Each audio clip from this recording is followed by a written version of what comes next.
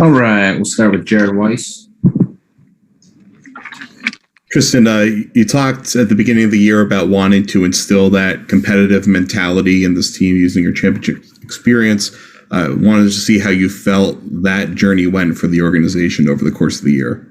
I think Coach Stevens said it best. This season had a lot of curveballs for us, whether it was injuries or COVID or contact tracing.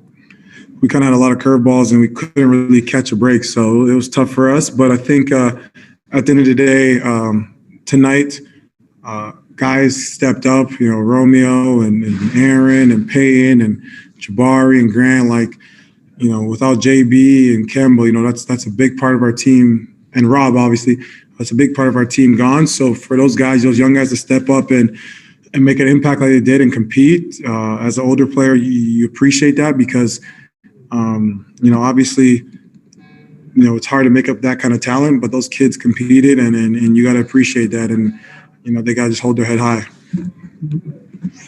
Jay King. Tristan, you've shared with us about how highly you think of Jayson's talent. What do you think he needs to do to take the next step as a star in the NBA? Just keep growing. He's got better every year. I think the series is good for him. Because it challenging the not only score on offense, but I also have to guard the best player on the other team with Kevin Durant. So I think this was a good challenge for him, but I think it was good for his growth and his development. And I think as his career progresses and the potential we see in him, this is good for him. So obviously it's not the outcome we wanted. I know he's disappointed and upset. But, it's a season full of curveballs, so you just got to look back and see what areas you can get better at and go from there. Gary Washburn. Hey, Tristan. What do you guys need to do to be prepared? It seemed like some of the early season losses and some of the slip-ups kind of put you at the 7th seed. If not, you're maybe 4 or 5 or 3 maybe, and the season could be different. What do you guys have to do to be more mentally together in games? And what did you learn about this team in this playoff series? Obviously, you guys are shorthanded, but it seemed like you did fight through the entire way. Yeah, no, this team fought the entire way. Anyone that knows basketball knows that obviously we were undermanned, and obviously you got to give that Brooklyn team a lot of credit. They're very talented. They have a lot of special players and have very good players that are good at their roles and great at their roles. So you'll give them a lot of credit.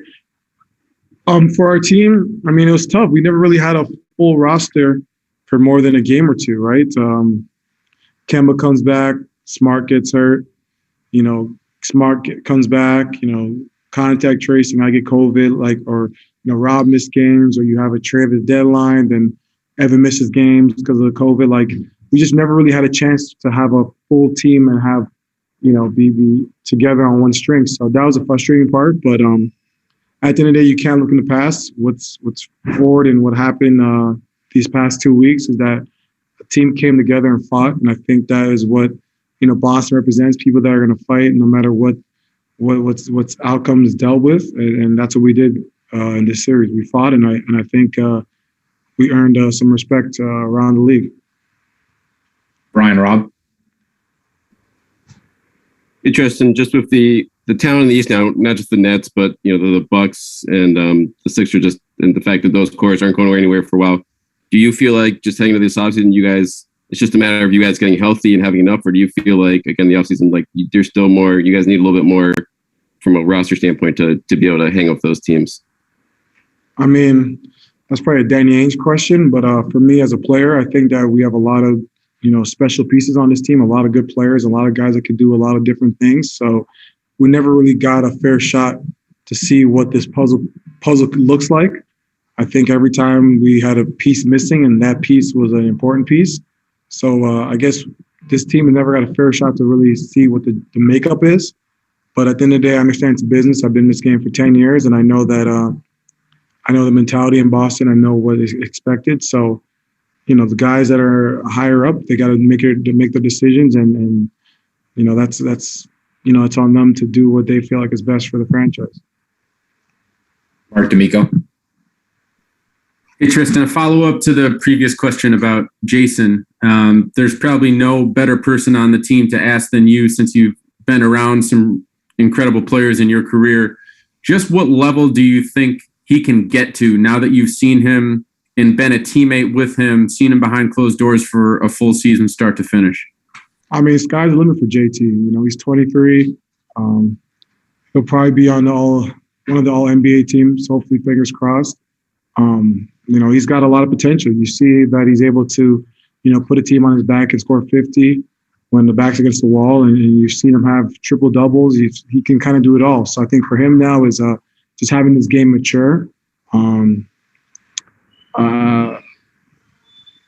think for him, just keep getting stronger. I think this summer is a good summer for him. Just, you know, just look back and watch film and see which areas or what he could do that he feels like he could be more efficient in. But I think he's a hell of a player. He can do a lot on the court. So I think it's similar like with LeBron when he lost in the finals to Dirk and them. He realized that he had to get like a mid-post game. And I think for KD, when he was with OKC and got to go say he realized, you know, what his kill zones were, and he always got to his spot. So again, maybe JT just continue figuring out what spots he likes to dominate in and just go from there. But I mean, the kid's one hell of a player. He's in a, you know, I think one day he'll be holding an MVP trophy. I think that's his potential. He could be one of the best in our game. And he's definitely, if you ask LeBron and the older guys, I think Jayson Tatum is a good person to pass the torch, and, you know, the league's in good hands.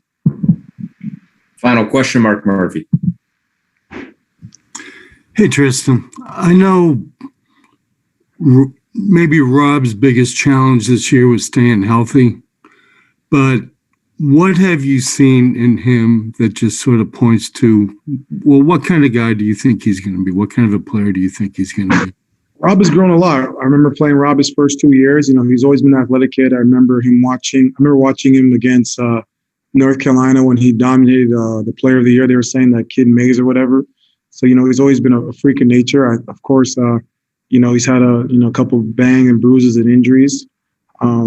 You know, so for him this summer is just getting his body right and getting, you know, those nagging injuries, to try to get them minimized, because, you know, the kid has a lot of potential. I see like a Tyson Chandler type of player where he can make an impact on defensively. I think he has potential to be an all defensive type of player with the way his length, his fast twitch motions, and the way he's able to block shots and contest around the rim. I think he has that kind of potential. You know, however I can help him in his development, continue to teach him what I've learned from the guys before me, I'll do that, because that's the point of, you know, this is what the NBA is about. It's about a brotherhood, and it's about paying it forward. You know, guys before me, like, you know, Antoine Jameson, Anderson Varejao, or playing with K-Love, or playing with LeBron or other bigs.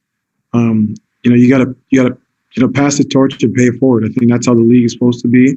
I don't like when vets, you know, throw salt on young players or not trying to help players get better. I think the better you make the guy next to you, the better you become too. You push each other to become better. So, you know, that's what I'm here to do. And however I can help Robert Williams, you know, get him a bankroll, I'm going to help him and give him some of my tricks of the trades. So, you know, the sky's the limit for that kid. You know, I love him. He's got a lot of energy, a lot of grit, and you know, it's just unfortunate he just, you know, had a couple bangs. You know, that turf toe, you know, kind of took away from him being on the court, because I know how much he loves being out there with us.